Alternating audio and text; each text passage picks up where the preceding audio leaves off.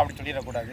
ஒரு நாளும் கஷ்டப்பட்டு விளையாண்டு உருவாக்குனதை அது இறைவனுக்காக விளையாண்டு போயிடுவோமே அப்படின்ட்டு ரொம்ப நாள் ஒரு ஆசை. அதனால் விளையாட போகிறேன்.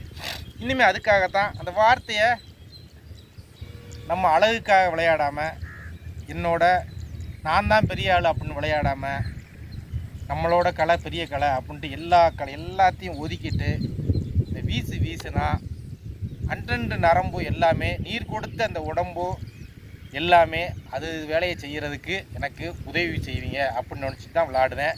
இதில் ஆரோக்கியம் மட்டும் இருந்தால் போதும், அழகு வேண்டாம், ஒன்றும் வேண்டாம் அப்படின்னு நினச்சிருக்கேன் இவ்வளோ நாள். ஆனால் உடற்பயிற்சி கண்டிப்பாக செஞ்சே ஆகணும்.